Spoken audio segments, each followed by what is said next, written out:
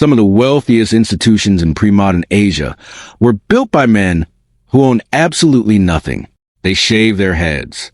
They renounced property. They rejected worldly desire. And yet, over centuries, the monasteries they lived in accumulated vast estates, controlled farmland, influenced emperors, and in some cases rivaled the state itself.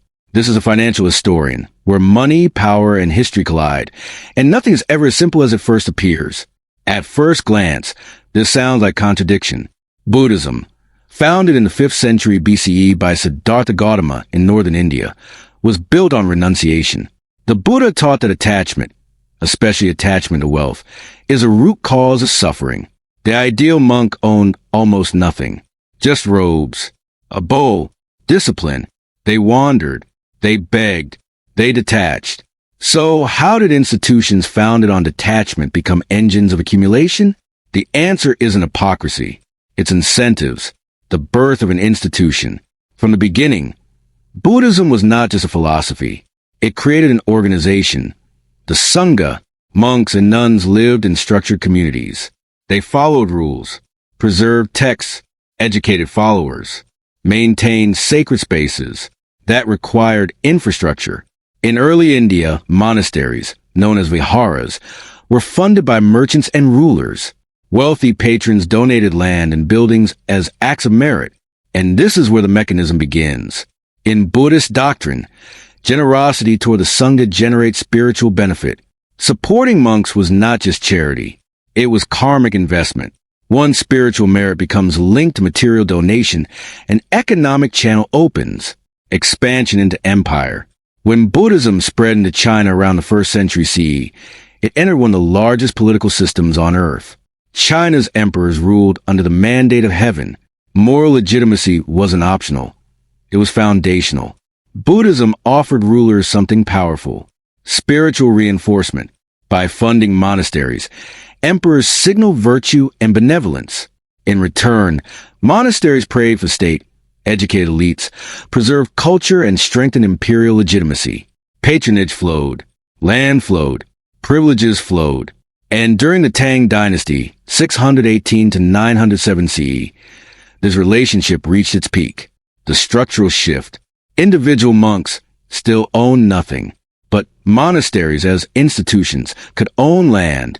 They operated farms, leased fields to tenant farmers, collected rent in grain and coin, managed granaries, stored surplus, and, crucially, many were tax-exempt. In a pre-modern agrarian economy, tax burdens were heavy. If 2 estates produce equal harvest but one pays no tax, its surplus compounds faster. Surplus becomes reinvestment. Reinvestment becomes expansion. This wasn't moral decline. It was structural advantage. Over time, monasteries became major landlords. They offered storage during famines, provided financial safekeeping, engaged in lending, functioned as proto-banks. Longevity plus trust equals compounding. And monasteries had both. Wealth follows stability. In unstable political eras, dynasties fell. Monasteries endured. If you were a landowner facing uncertainty, donating property to a monastery could protect it. If you were a merchant, temple granaries were safer than private vaults. If you were an official, aligning with a revered institution increased influence. Spiritual authority slowly converted into economic authority. By the 8th and 9th centuries, monasteries in Tang China controlled significant percentages of cultivable land in some regions. They were no longer peripheral. They were economic centers. The tension, but there was a consequence. Land transfer to monasteries exited the state's taxable base. Imperial armies, infrastructure, and bureaucracy depended on land taxes.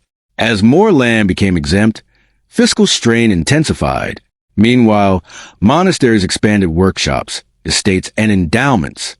The sacred and the secular began competing for the same economic foundation. And yet, at the core of Buddhist teaching remained impermanence. There is irony here, but not contradiction. The monks themselves did not hoard wealth for pleasure. The institution grew because society rewarded it. Rulers sought legitimacy. Elites sought merit.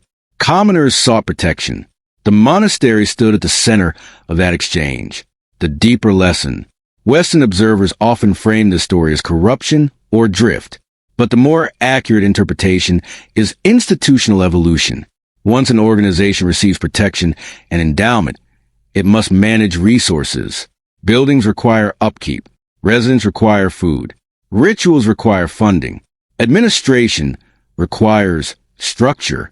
Income requires land. Land requires management. Management requires power. Slowly, the monastery becomes more than a spiritual retreat. It becomes an economic node inside an empire. The financial pattern. The accumulation wasn't accidental. It followed embedded incentives. Merit-based giving encouraged donation. Imperial patronage encouraged expansion. Tax exemption encouraged compounding. Cultural reverence encouraged protection. Combine those over centuries, and you don't get poverty. You get concentrated wealth. By the early 9th century, Buddhist monasteries in China had become durable economic actors, powerful enough to shift the balance between sacred and secular authority. And here is the final insight. Durability is one of the most underestimated forces in financial history. Monasteries did not operate on quarterly returns. They operated across lifetimes. When something survives across generations, it accumulates advantages transient actors cannot match. If you want to understand how wealth forms, whether in monasteries, universities, foundations, or sovereign funds, look at 3 variables: legitimacy, tax treatment, time. That's the formula. Buddhist monasteries in Tang, China had all 3: legitimacy, tax privilege, time. And that combination transformed the philosophy of detachment into one of the most powerful economic forces in pre-modern Asia. But when wealth grows inside a political system, one question eventually surfaces: who controls the land, the state, or the sacred? That tension would not remain theoretical. When stability becomes threat, wealth accumulated quietly, patiently, under the shield of moral authority. At first, it felt stabilizing, virtuous, untouchable, until the balance shifted. By the mid-9th century, during the Tang dynasty, the scale of Buddhist institutional wealth had become impossible to ignore. Monasteries controlled vast estates. Tens of thousands of monks and nuns were exempt from taxes and military service. Temple lands produced grain that never entered imperial coffers. The Sangha was no longer a spiritual network. It was a parallel economic structure embedded within the empire, and empires do not tolerate parallel structures forever. The 845 shock.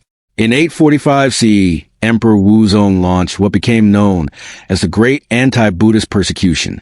Officially, the campaign accused Buddhism of being foreign, excessive, and economically burdensome. But beneath ideology was fiscal urgency. The Tang state was strained. Military campaigns drained resources. Revenues were tightening.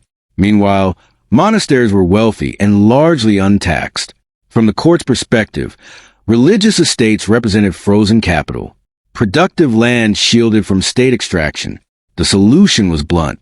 Thousands of monasteries were destroyed, over 4,600 temples dismantled, more than 40,000 shrines eliminated, roughly 260,000 monks and nuns forced back into lay life, monastic lands confiscated and returned to the taxable base. This was not reform. It was a structural reset. The state reclaimed land, reclaimed labor, reasserted supremacy. And here's a recurring pattern. When moral authority accumulates wealth under political protection, it thrives. When fiscal pressure rises, and that wealth competes with state power, tolerance shrinks. Japan, when the sacred armed itself. This dynamic was not confined to China. In Japan, Buddhism arrived in the 6th century and intertwined with imperial authority. By the Heian period, major monasteries like Enryakuji near Kyoto controlled extensive estates. Land donations compounded over generations. But in Japan, the evolution went further. Some monasteries formed armed forces. The Sohei, warrior monks, were not legend. They were organized military groups defending temple interests and intervening in political disputes. When sacred institutions can mobilize force, they cease to be symbolic. They become power brokers. During the Kamakura and Muromachi periods, monastic complexes influenced succession struggles, regional governance, and economic networks. They were landlords. They were lenders. They were educators. They were political actors. And once again, legitimacy attracted donation. Donation created landholding. Landholding created autonomy. Autonomy invited confrontation. In the 16th century, Oda Nobunaga targeted powerful monasteries during Japan's unification, and Ryukaji was burned in 1571. Centralizing states do not tolerate independent power centers indefinitely. Tibet, fusion of throne and temple. In Tibet, the fusion became even more explicit. Over centuries, monasteries evolved into governing institutions. Large estates were controlled by monastic elites. Spiritual and political authority merged into theocratic rule. Where trust concentrates, capital follows. Where capital concentrates, power consolidates. And when power consolidates outside direct state control, tension becomes inevitable. The broader pattern. Step back from Asia. Medieval Europe saw similar dynamics with the Catholic Church, which became one of the largest landowners on the continent. Monasteries and bishoprics rivaled kings in influence. Modern parallels exist too. In the United States, religious institutions operate under tax-exempt status while managing investment portfolios comparable to major corporations. The investment arm of the Church of Jesus Christ of Latter-day Saints accumulated assets exceeding $100 billion over decades through steady contributions and disciplined management. Universities oversee endowments larger than some sovereign funds. Nonprofit foundations compound wealth across generations. Sovereign wealth funds operate under state protection with multi-decade mandates. Central banks manage trillions under legal independence. The pattern is consistent. When institutions combine legitimacy, tax advantage, and time, capital accumulates quietly, and power follows. The arithmetic of protection. This is not mystical. It is arithmetic. Remove taxation. Extend time horizon. Add continuous inflows. Limit competition. The compounding effect becomes immense.